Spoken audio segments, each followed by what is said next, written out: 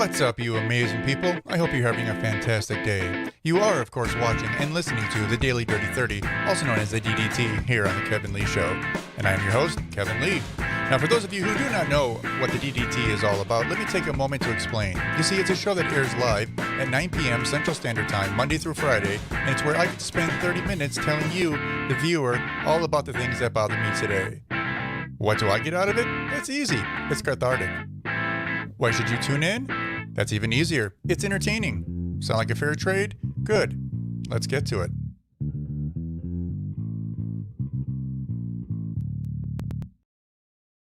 Hello, friends, and welcome to another wonderful episode of the Daily Dirty 30 here on The Kevin Lee Show. In fact, I think we are on episode 17, if I remember correctly. And before we get all there, let's cover a few things real quick. As always, let's go over the fact that we have a website. And if you like anything about The Kevin Lee Show or the Daily Dirty 30 or the Libertarian Hour or whatever with Kevin, all that and so much more, including merch and ways to support us and way to reach out to us, can be found on thekevinleeshow.com. So just have any questions, any interest, wanting to find out more, contact us, anything at all, just go over to the kevinleeshow.com. Yeah, that's pretty much about it. So I think it's time to get to the show. Now, for those of you who may not know exactly what's going on with the show, this is a show in which we spend 30 minutes where I get to tell you all about the things that bothered me today, or at least caught my attention. So we only have 30 minutes to work with, so I don't really want to waste any of it explaining any more than I need to. Today, we're going to be talking about 4, I believe, interesting topics. Now, they don't really have anything to do with each other, but at the same time, they actually kind of tie into each other pretty well. And I think you'll see why. Our first story of the day is actually going to be about someone who you may or may not like.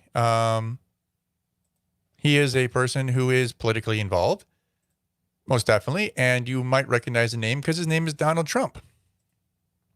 But he's not that Donald Trump. His name is Donald Trump Jr. Looks somewhat like him, like his father does. That being said, Donald Trump is in the news. Donald Trump Jr., is in the news today because he was suspended from Twitter over promoting a video on hydroxychloroquine. Say that 5 times fast. Essentially, what it was a video with a number of people who are claiming to be doctors dressed in white lab coats who were giving a small press conference talking about the efficacy and the safety levels of using hydroxychloroquine in conjunction with zinc and antibiotics as well in combating COVID-19. Now I don't know where you fall on this argument, and it actually doesn't even really matter where you personally fall in the argument because, let's face it, this is actually more about censorship than it is anything else. Now, immediately or shortly after this tweet was sent, not only did Twitter pull down this video, but also YouTube and Facebook. So essentially every major platform had banned it. And because of this, most people were no longer able to watch this video. Again, I personally haven't even watched the video because it was pulled down before I had a chance to do anything about it. So because of that, I can't say much as to actually the credibility of these doctors or the reports they were making. They might have been credible. They might have been terrible. I do not know. But that's kind of the point I want to make here.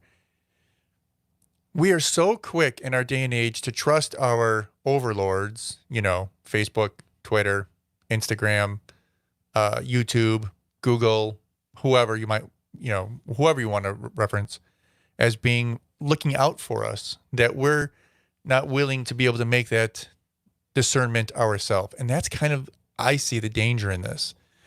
Now, I don't care what you think about Donald Trump Jr. I don't care what you think about hydroxychloroquine. Sorry, I have to look at the word to be able to read it. Hydroxychloroquine, or its efficacy. It doesn't really matter. What matters is that you should have the opportunity, if these are truly doctors speaking about something that they truly believe is effective and might work well as a prophylactic in treating and preventing COVID-19, then that's something they should be able to say without being banned. And of course, they're not being banned. They're just simply not being aired. Anything that's being put up is being taken down immediately. And again, they might be absolutely wrong. But the problem is, should platforms like Facebook, like YouTube, like Google in general, Twitter, should they have the power to be able to decide what you're allowed to see and what you're not allowed to see? Because let's face it, in this day and age, in 2020, I don't care if you are a 12-year-old, a 25-year-old, or a 50-year-old, chances are a majority of the news that you get, the information that you get, comes from a social media source. And you might get some from CNN, or you might get some from Fox News or MSNBC or your local ABC, NBC, CBS affiliates. You might get some from there, but it's not going to be the majority of what you get for the average person.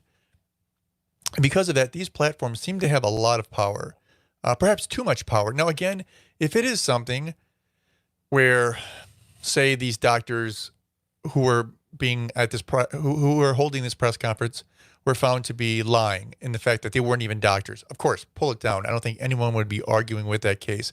But apparently and allegedly, these were all certified doctors. In fact, one of them was a emergency room doctor from somewhere in Texas. So because of that, to me, it raises some red flags. I believe that people as an individual, regardless of who you are, what age you are, especially if you're 18 or older, though, you should be allowed to take in all information and make up your own mind.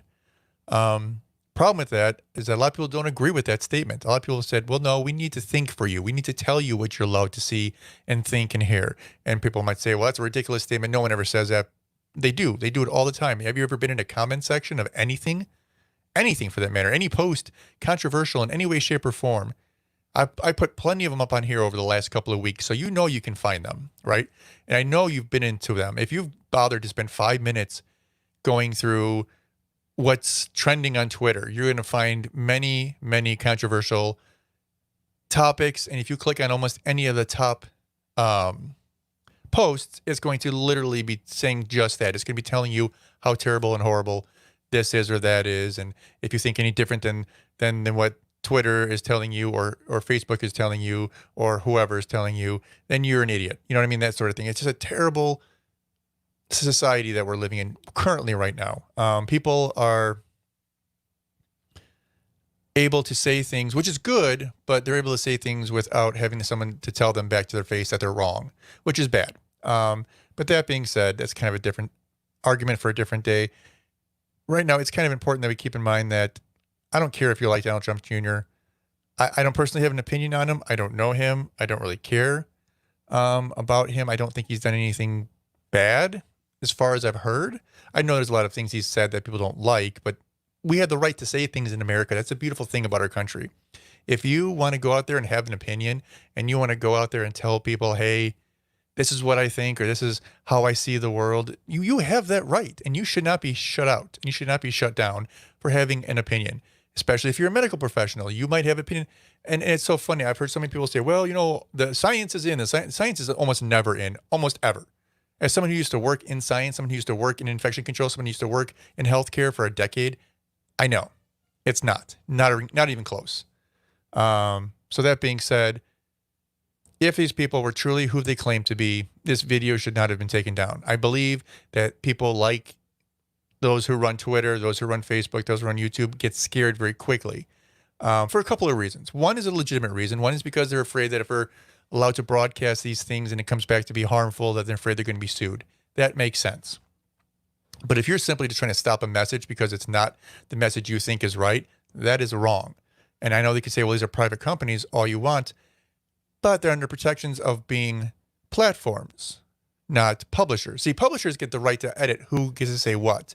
Platforms don't. And that's the big argument. If you want to claim to be a platform, then be a platform. Allow anybody to say what they want and let the people who watch your platform make up their own mind for themselves.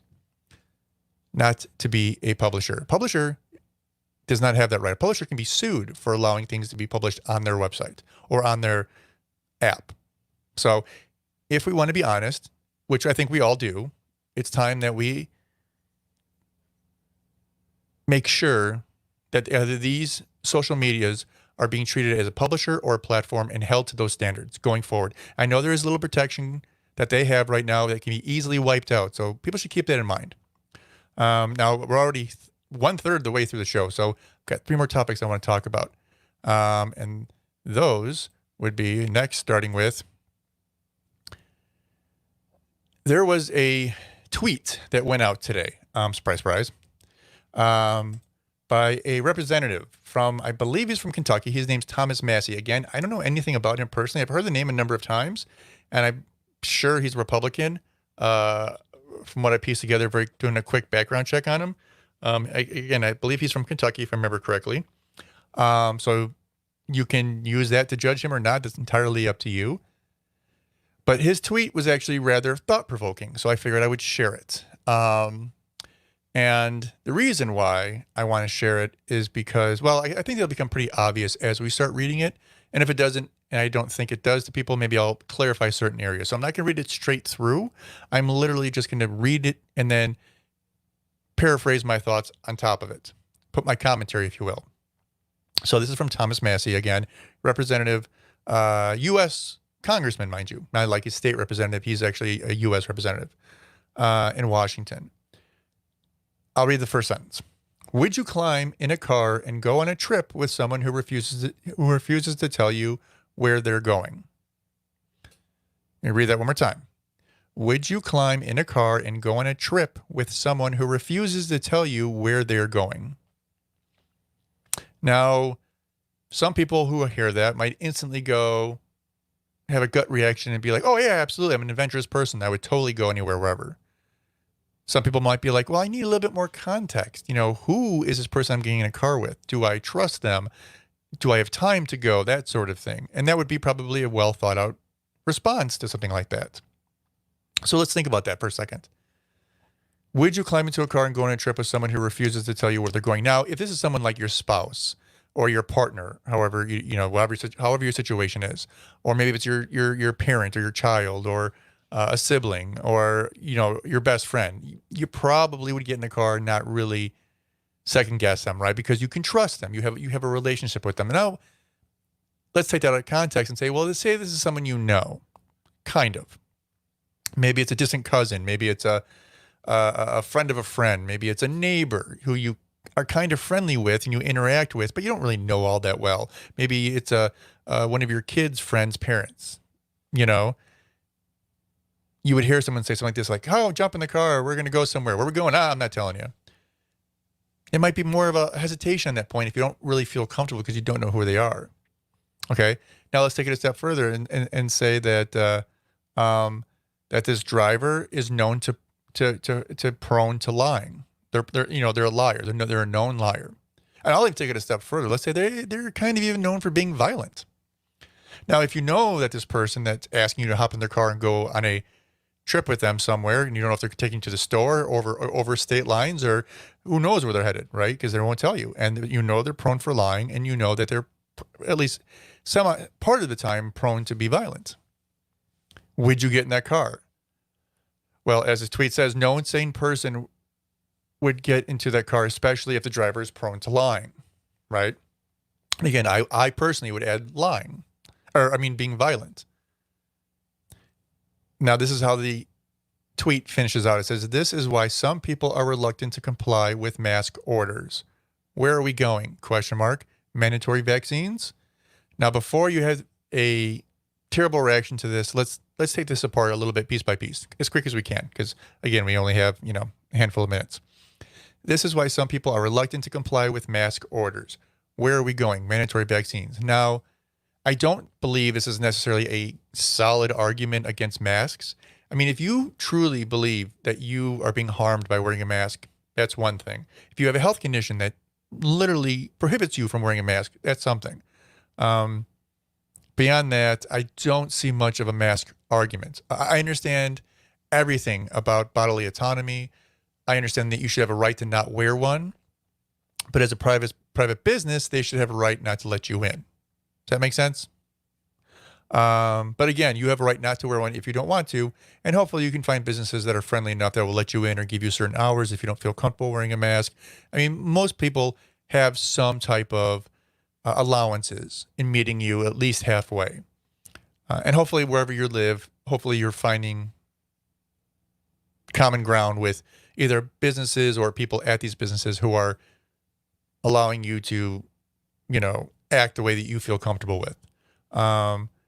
But again, this is kind of a mask argument, but this kind of isn't, because it says, where is this going? Mandatory vaccines.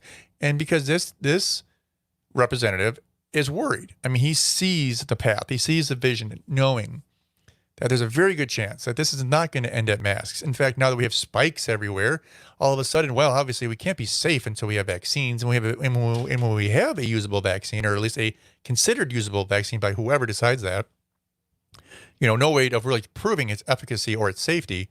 They're just saying it is, so we have to take them at their word, even though they've lied about, I don't know, half of all the information that's gone out so far.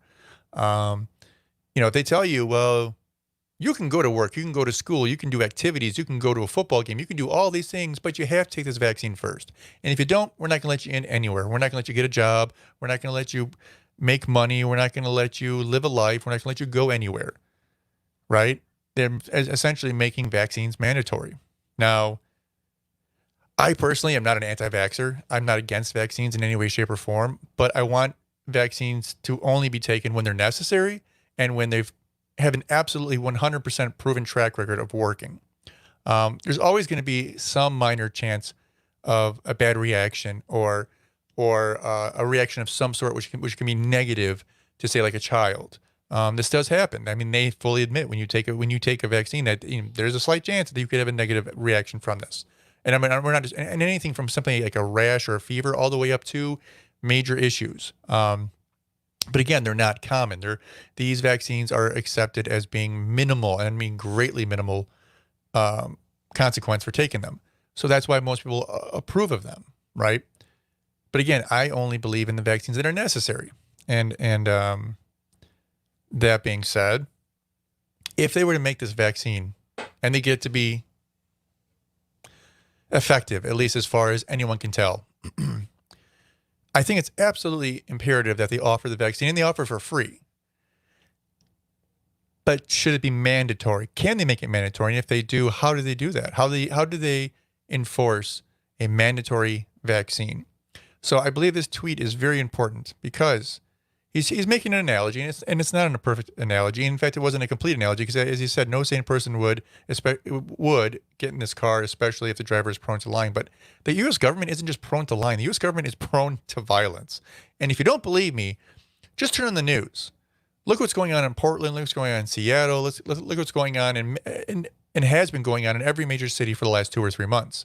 Ever since these riots started, it's been violence upon violence upon violence. Now, some of it is being brought upon these people because they were violent first, and the police and or government and or federal agents are only responding. But that's not always the case, right? So we have to keep in mind who we're dealing with. The U.S. government is not a person. It's not someone you can reason with. It is an entity, and an entity takes on a life of its own, and it literally becomes a power-hungry monster eventually. It always does. It's just the way it works. You can't ever avoid that.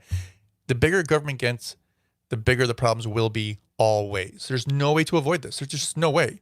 You will never make a government work well for anybody. It might work well at first, but as it grows and as its power grows, it become more and more power hungry and become more controlling and more enforcing. And there's just no way to stop that. So I am all for,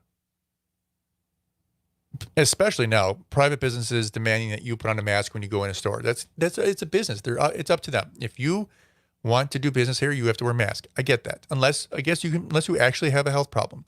And then usually they'll make accommodations. They'll shop for you, or they'll say if you come in on Tuesdays and Thursdays between 8 a.m. and 10 a.m., you can come in without a mask, that sort of thing.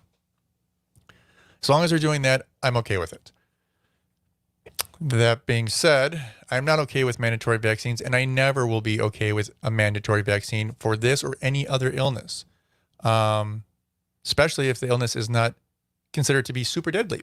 As we now know, not only in America but worldwide, the death rate for the average human is somewhere, well, let's put it this way. Let's put more positive spin on it, shall we?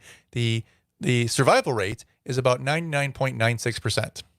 Let me repeat that again. 99.96% chance of living.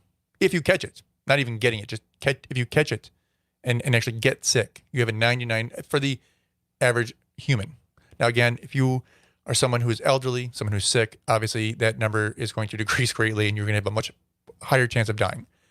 So, and again, that's why I believe people are trying to be proactive in using masks and other techniques and social distancing that I think they're very effective, but at least they're trying, right? I get it.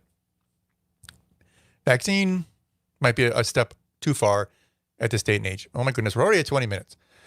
So let's jump to the next one. Where are we at now? Okay. So this is we'll get through this one kind of quickly. So let me see if I can bring this up. Actually, this is not behaving very well. I'll just read it to you. So this is a Florida man who allegedly fraudulently claimed $4 million in PPE loans through his moving companies and spent that money on a Lamborghini, dating sites, shopping trips, and stays at luxury Miami hotels. Okay? Here's a guy that saw an opportunity to reach out and get all this free money from the government. And it'd be one thing if he took this money and put it into his business and not only paid his business, but maybe used that money to improve his business or something along those lines. You know, and he abused it in that manner. I think some people would be disappointed, but they might even find a way to understand. This guy just absolutely said no. He claimed he had over 200 employees, actually asked for $13 million in PPE loans, only received $4 million. And it comes to, and at the end of the day, we come to find out that he does not have 200 employees. He has 12. 12 employees between 4 separate companies. That's an average of 3 employees a company, right? And they still paid him $4 million. And he took that money and he went to town and he went on shopping trips and he did horrible things. His Lamborghini was $300,000. He bought a $300,000 car with your tax money. Now, the reason why I bring this up isn't because, oh, look at this guy, let's make an example, he got caught. He is an example, but he's not the only one, and he's not a rare one. There are many, many, many people who will take advantage of opportunities like this. Now, it doesn't have to always be business owners. There are many people who are claiming unemployment benefits when they weren't working in the first place, but they found a loophole or figured they would apply and see if they got approved. And when they did, they're getting all this fat cash for doing nothing. They didn't work. They didn't lose their job. They're just abusing the system. And I can guarantee you this percentage was a lot higher than you think it was. Some people might say, well, hey, you know, we're just playing the system. They're taking our money. They're stealing our money. We're just going to steal it back. And I can understand that mentality. And I'm not judging you for doing it, but it's not a good thing. And this is the reason why we have to worry about government growing bigger and bigger and bigger and promising all this free money to people. Because when you do, people don't just take what they need. They take what they want and they get greedy. It isn't just the government who is greedy. People are greedy, right?